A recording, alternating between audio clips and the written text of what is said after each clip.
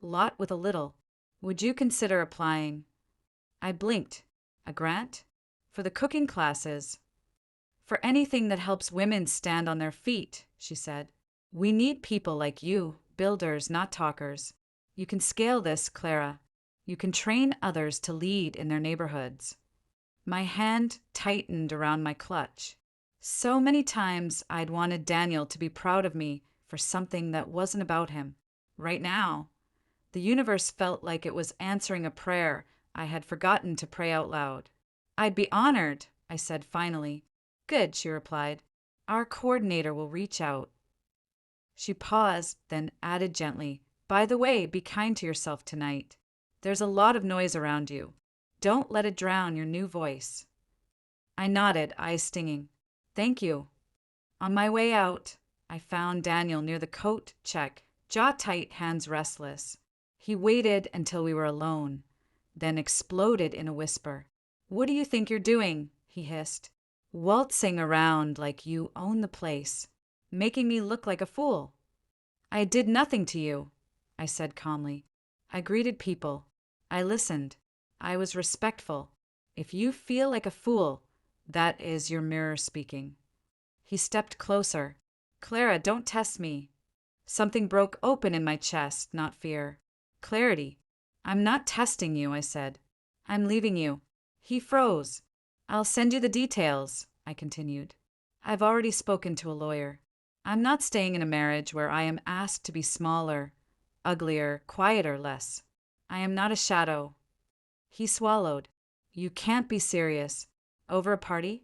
Over clothes and a room full of strangers. This isn't about a party, I said. This is about dignity. He laughed harshly. You think any man will want you. I tilted my head. I already want me. That's the part you never learned. I walked out into the night, down the steps into the waiting car. My hands were steady. My heartbeat was calm. I had never felt more beautiful. I moved out within a week. I took my clothes, my books, my grandmother's pots, and my piece.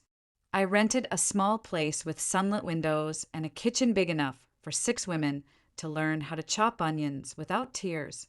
Daniel sent messages, angry ones, sweet ones, manipulative ones. I answered only with logistics, no emotion, no debate. I set boundaries like locks on doors. Joy came over with plants and laughter. We set up a long wooden table. We wrote a class schedule on a chalkboard. I posted a simple flyer in the neighborhood group, Cooking for Confidence. Beginners welcome. Pay what you can. 10 women showed up the first week. 15 the next. They brought their stories with their aprons, stories of being called too loud, too quiet, too old, too young. We cooked rice and stews and simple soups. We practiced menus people could sell from their homes or stalls. We talked about pricing, ingredients, hygiene, and hope. Sometimes we cried. Sometimes we cheered. Every class ended with the same line, "We are enough." 2 months later, I received an email from the grant coordinator. I read it 3 times. Dear Clara, we're delighted to award your program the Seed and Scale Grant for Women's Initiatives. I sat down on the kitchen floor with the phone in my hands and laughed like rain. They believed in the work. They believed in me. The grant came with mentorship. The silver-haired man from the party, his name was Mr. Mensah, turned out to be one of the mentors. He had built community centers for years and knew how to stretch budgets without stretching souls thin. At our first meeting, he said, "Tell me the smallest version of your big dream." The smallest? I asked. Yes, he said. The version that survives power cuts, late buses, and little money. If it works at the smallest, it will sing at scale. I took a breath. 5 hubs, I said. 5 women trained to teach. Shared recipes, shared standards, shared dignity. He smiled. Let's build it. The more the program grew, the more Daniel tried to pull me back. He sent mutual friends with messages. You're overreacting. He's under pressure at work. Marriage is compromise. I knew what compromise meant in their mouths. Go back to shrinking. I would nod politely and return to my work. I did not explain to people who were committed to misunderstanding me. One afternoon, I walked by a cafe and saw Daniel at a corner table. He was with the client Lola had mentioned. Their hands were too familiar. Their laughter was sharp and secret. He saw me. He flinched. I kept walking. It didn't hurt the way I expected. I had already left the house. I had already taken my heart with me. Divorce papers sat on my counter like folded wings. I read them carefully. I refused to argue over memories. I kept what was mine: my body, my peace, my grandmother's pots, and the future I was building. When he finally signed, he wrote me a long message. I hope you're happy. I typed a response and deleted it. I closed the chat. Happiness didn't live in his phone. I lit a candle. I made tea. I sat on the floor of my small apartment and let the quiet bless me. We opened our second teaching hub across town, run by a woman named Kemi, who once whispered every answer, but now kept the room alive with her voice. She called me after their first full class. They stayed late, she said, breathless with joy. We made jollof and puff puff, and 2 of them already have orders for the weekend market. I smiled into the sun. That's it, I said. That's the work. We didn't change the world. We changed moments. Moments became days. Days became confidence. Confidence became income. Income became choices. A year later, an invitation arrived. Same elegant letterhead. Same address. Another celebration at the managing director's home. I stared at the card and felt a strange calm. Not excitement. Not revenge. Just a quiet check-in with myself. Did I want to go? Yes. Not to prove anything. To honor the night that changed my life. I wore a simple cream dress this time. No drama. No slit. Just grace.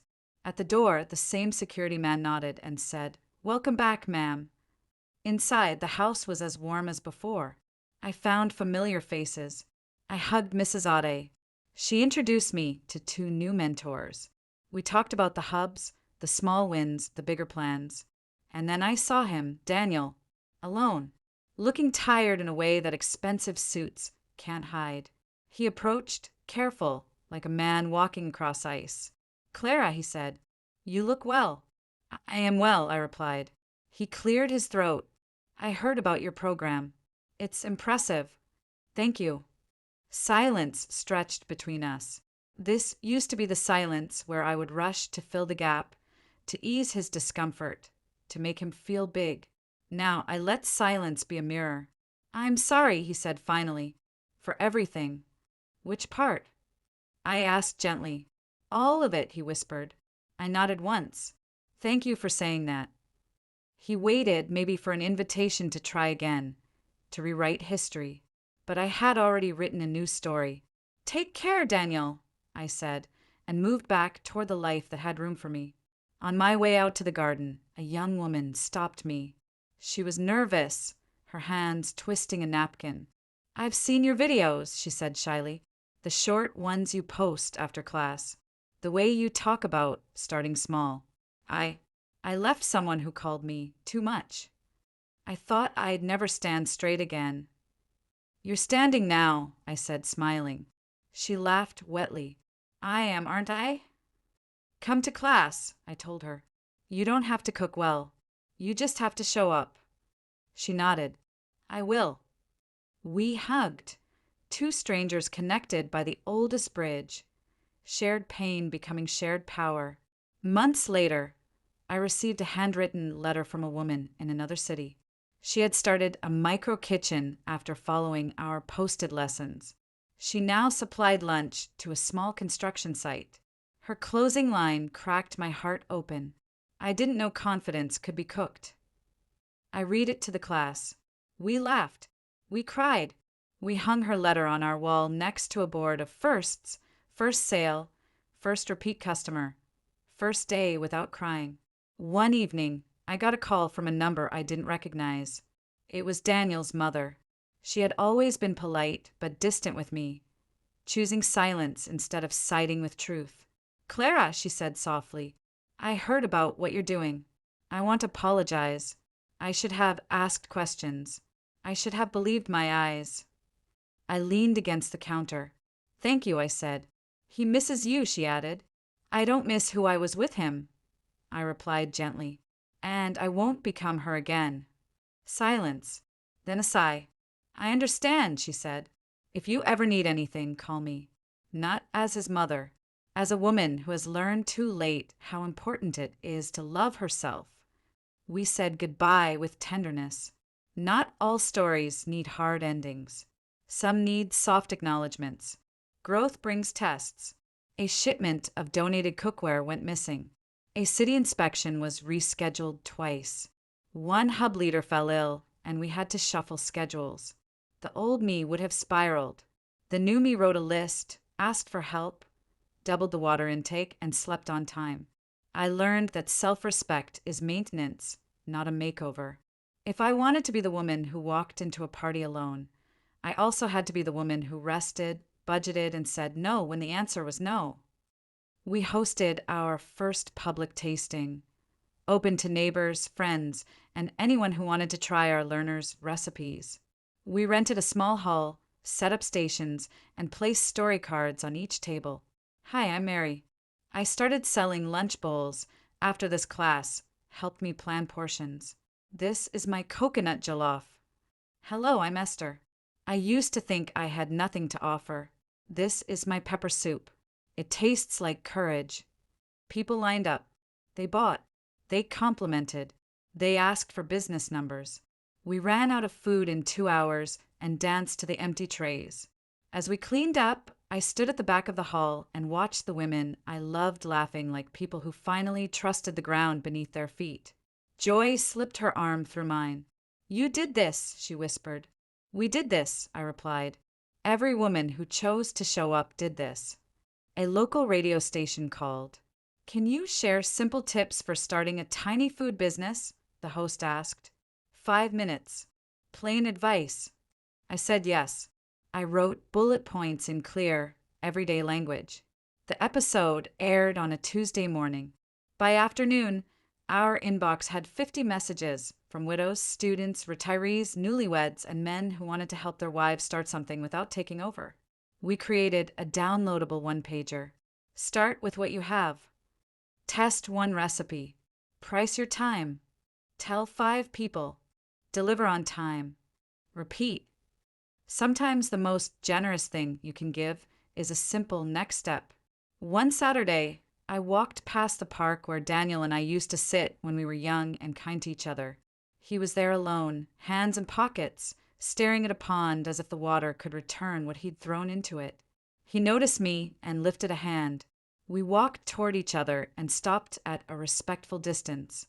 I'm not here to fight, he said. Neither am I replied. He looked thinner. Work is complicated, he said. Office politics. I made enemies I didn't need.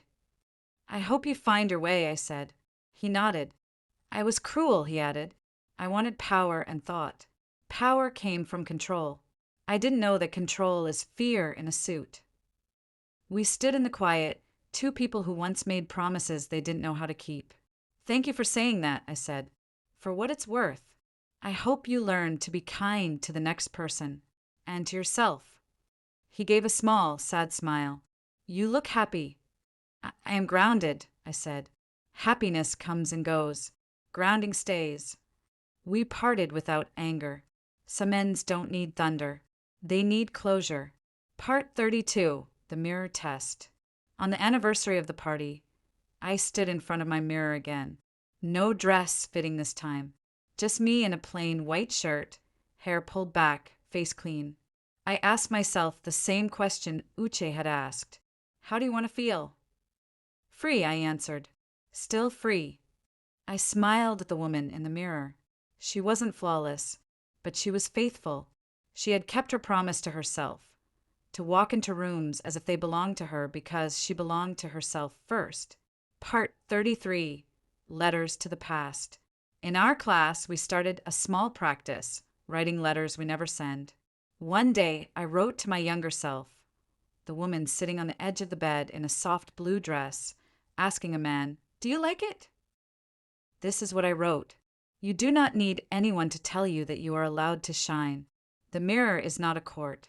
The party is not a judge. You are not a case to win or lose.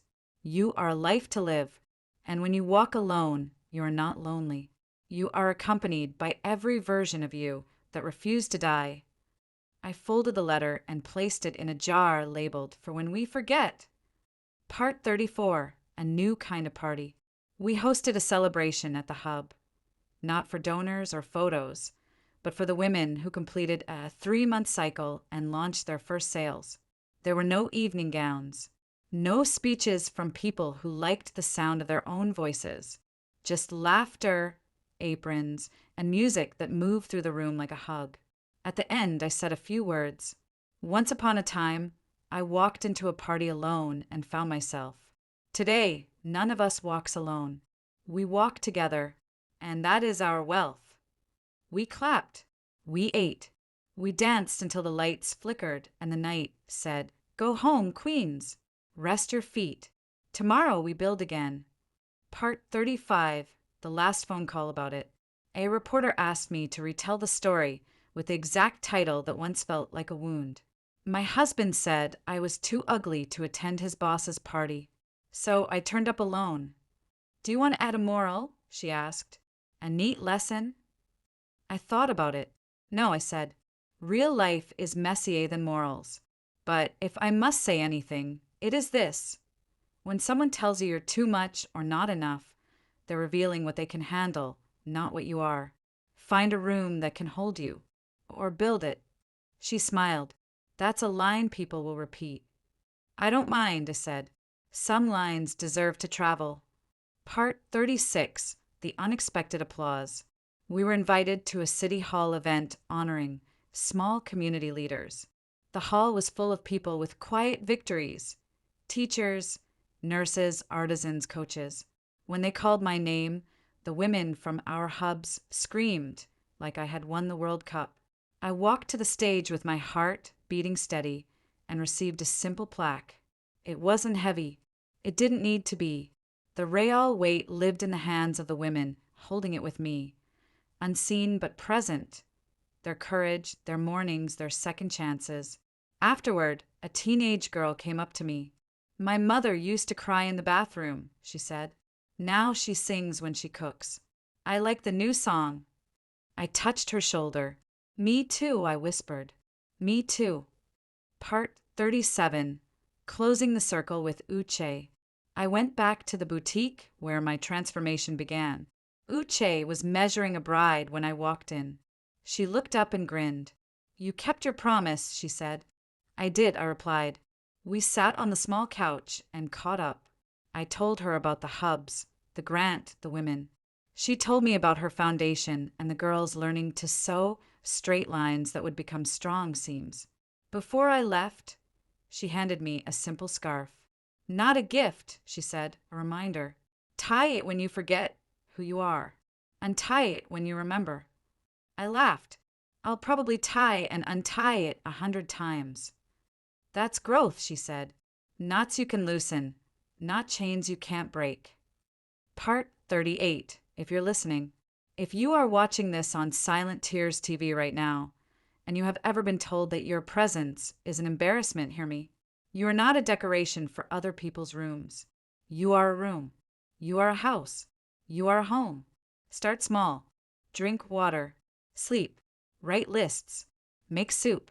Stand up straight. Call a friend. Say no. Say yes. Walk into the party alone if you must. And if they won't let you in, host your own. And because we are building this community together, don't forget to subscribe to Silent Tears TV and share the story with someone who needs it. Your support helps us tell more stories that turn quiet pain into loud courage. Part 39, the final walk. The next time I attended a big event, I walked in with 2 hub leaders. We were invited to speak about microenterprise. We wore simple dresses and carried folders full of lessons learned. As we crossed the lobby, a security guard held the door and said, "You ladies look like you came to change things." "We did," Kemi said, smiling. We spoke on the panel with ordinary words and practical advice. We didn't float. We didn't glow. We stood. We told the truth. We left with a stack of names to mentor and a list of markets to explore. On the way out, the three of us stopped by a large mirror near the elevator. We looked at our reflections, not to seek approval, but to honor the women who walked us here. Kemi reached for my hand. "Thank you for going to that party alone," she said. I squeezed back. "Thank you for making sure none of us ever has to again." Part 40, Epilogue, the night that changed nothing and everything. People think the night I turned up alone changed everything. It didn't. It changed one thing, me. From that single change, everything else shifted: my choices, my circle, my courage. The house is the same. The city is the same. The sky is the same. But the way I walk is different. I don't hurry. I don't hide. I don't hold my breath when I pass mirrors. When a woman in my class asks, "How do I begin?" I tell her the truth. Begin where it hurts. Begin with one step. Begin with one recipe, one sentence, one boundary. One walk into a room you once thought was too bright for you. And if a voice says, "You're too ugly, too loud, too quiet, too simple," smile, tie your scarf, unlearn shame, and turn up if you must alone. Because you won't be alone for long. You'll find others, or they'll find you. You'll become the kind of woman who makes every room safer when she enters. And one day, you'll look back and realize that the cruelest thing someone said to you became the bridge to your biggest freedom. That's my story. That's our story. And if it touched you, please subscribe to Silent Tears TV, leave a comment, and share this episode with someone who needs a reminder. You are not a shadow. You are the light. Hugs.